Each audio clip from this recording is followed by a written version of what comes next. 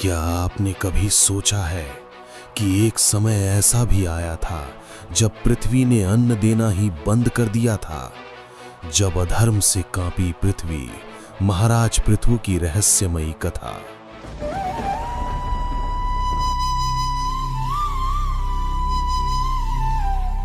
राजर्षि अंग की पत्नी सुनीता का पुत्र वेन अत्यंत उग्र और अधार्मिक था।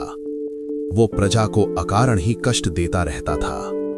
उसके अत्याचारों से दुखी होकर ऋषि मुनि उसके पास गए और उसे समझाने का प्रयास किया, परंतु जब उसे कोई समझ न आई और उसने क्रूरता नहीं छोड़ी, तब ऋषियों ने उसे शाप देकर उसके शरीर को निर्जीव कर दिया।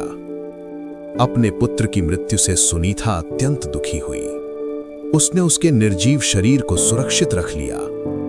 राजा के बिना राज्य में अराजकता फैल गई। चोर, डाकू और दुष्ट लोगों की संख्या बढ़ने लगी। तब ऋषियों ने उसी वेन के शरीर का मंथन किया। मंथन से सबसे पहले एक नाटा काला पुरुष उत्पन्न हुआ। उसके बाद वेन के दाहिने अंग से एक आजानुबाहु परम तेजस्वी पुरुष और बाएं अंग से एक अत्यंत सुंदर स्त्री प्रकट हुई। वे पुरुष भगवान के अंश से उत्पन्न महाराज पृथु थे और वो स्त्री लक्ष्मी जी के अंश से उत्पन्न उनकी पत्नी अर्ची थी। उनके हाथों के दिव्य चिन्ह देखकर ऋषियों ने पहचान लिया कि ये स्वयं भगवान के अवतार हैं। उन्होंने विधि विधान से उनका अभिषेक किया और भविष्यदर्शी ऋषियों ने उनकी महान लीलाओं का वर्णन किया।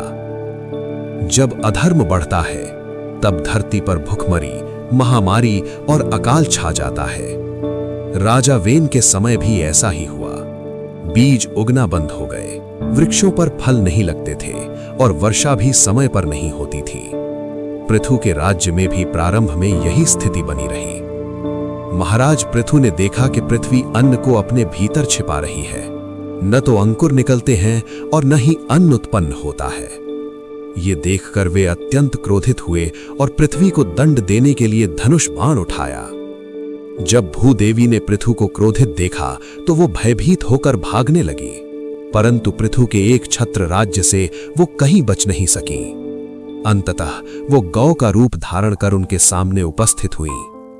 उसने महाराज पृथु की स्तुति करते हुए कहा, हे राजन, मैंने बीजों को पापियों द्वारा दुरुपयोग होते देखकर उन्हें अपने भीतर सुरक्षित कर लिया था।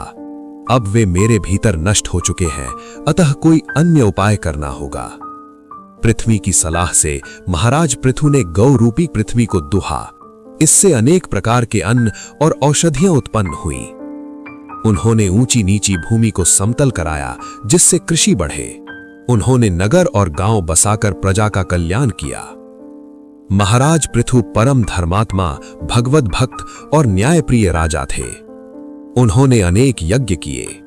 जब उन्होंने 99 अश्वमेध यज्ञ पूर्ण कर लिए, तब देवराज इंद्र चिंतित हो उठे, क्योंकि 100 यज्ञ पूर्ण होते ही पृथु भी शतक्रतु कहलाते। इस भय से इंद्र बार बार यज्ञ के घोड़े को चुराने लगे। पृथु के पुत्र उसे बार बार वापस लाते रहे। अंततः पृथु को क्रोध आया और वे इंद्र को दंड देने के लिए तैयार हुए। तभी ऋषियों ने कहा, महाराज, यज्ञ में दीक्षित व्यक्ति को दंड देना उचित नहीं है। हम आहुति देकर इंद्र को भस्म कर देंगे। जैसे ही ऋषि आहुति देने लगे, तभी ब्रह्मा जी प्रकट हुए और बोले, हे पृथु, आपको इंद्र पद की इच्छा नहीं है। आप भगवान के भक्त हैं, अतः ये यज्ञ यहीं समाप्त कर दीजिए। ब्रह्मा जी की आज्ञा से यज्ञ की पूर्णाहुति कर दी गई। तब भगवान स्वयं इंद्र के साथ वहां प्रकट हुए। इंद्र लज्जित होकर पृथु के चरणों में गिर पड़े। पृथु ने उन्हें उठाकर हृदय से लगा लिया। भगवान के दर्शन से पृथु का हृदय आनंद से भर गया। उन्होंने हाथ जोड़कर स्तुति की।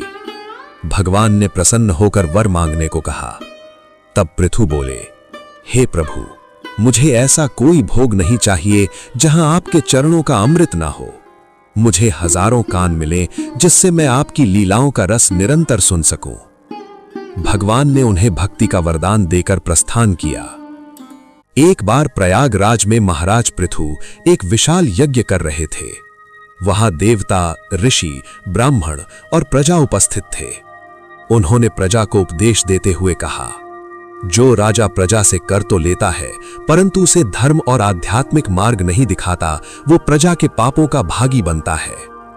अतः आप सब धर्म और भगवान की भक्ति में अपना जीवन लगाएं।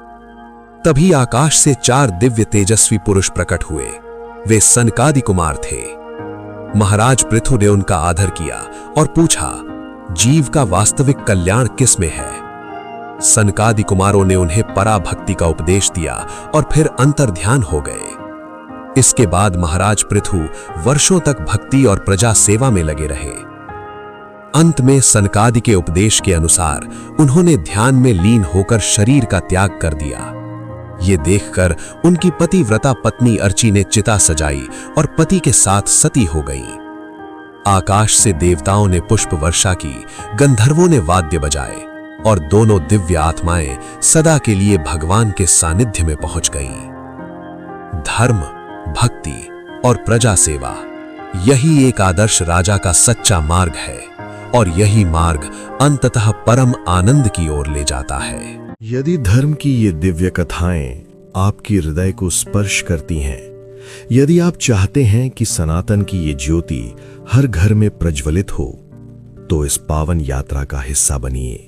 चैनल को सब्सक्राइब कीजिए, क्योंकि धर्म की रक्षा भगवान करते हैं, लेकिन उसे जीवित रखते हैं आप जैसे भक्त।